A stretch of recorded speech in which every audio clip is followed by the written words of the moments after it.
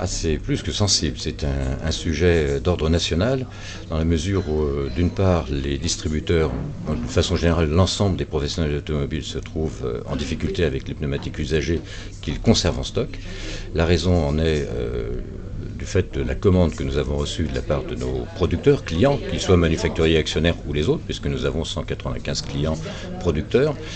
La commande est à la baisse et pour autant, il y a toujours, voire plus, de pneumatiques à collecter. Ça veut dire qu'il y a un très grand nombre de gens qui trichent soit en ne déclarant pas, et ça c'est structurel depuis le début du décret, soit ce sont des producteurs qui, voyant que les petits copains ne déclarant pas n'ont jamais été recherchés, minorent certainement leur déclaration.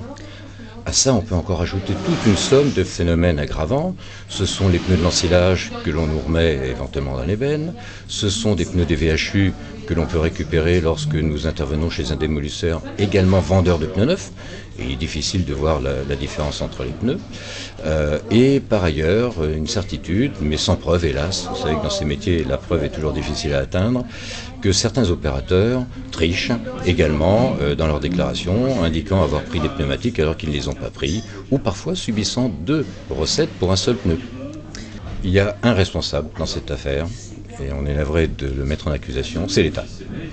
Une fois encore, l'État édicte des règles, fait apparaître des décrets, minore souvent, et c'est le cas dans le décret pneumatique, le côté contrôle et sanctions. Et depuis le début du décret, jamais l'État n'a effectué le moindre contrôle. Annuellement, l'ADEME fait des rapports. Je pense que nous sommes 10 à le lire en France, et je suis celui qui lit de manière assidue. Et tous les ans, l'ADEME relève les mêmes anomalies. Rien n'a été fait de la part de l'État, à qui il suffisait d'ailleurs de lire le document qu'il a demandé d'éditer.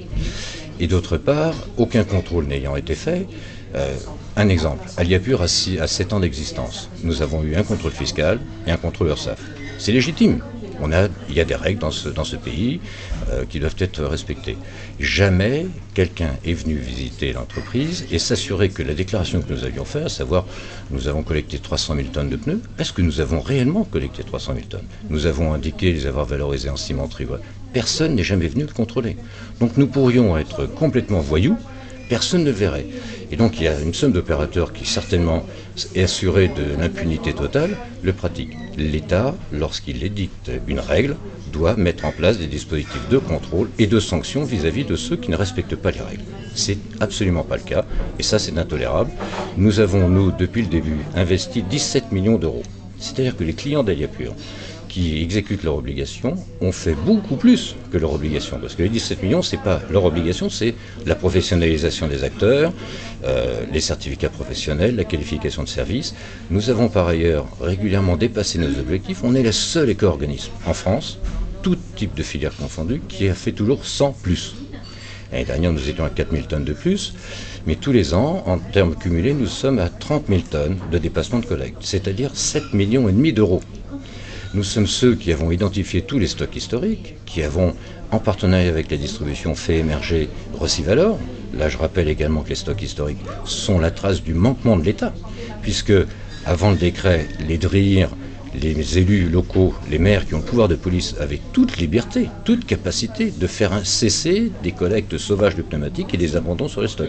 Ça n'a pas été fait. Il a fallu que la profession se mobilise, abonde sur ses ressources propres, pour venir traiter l'incompétence ou l'incurie de certains.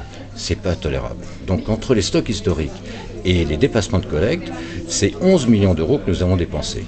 Aujourd'hui, nous considérons que, comme on est dans un système structurel, nous cessons de continuer à soutenir l'État. Et je pense qu'on a un grave tort, c'est que nous avons anesthésié l'État en réglant les problèmes à sa place. Maintenant, c'est à lui de le faire.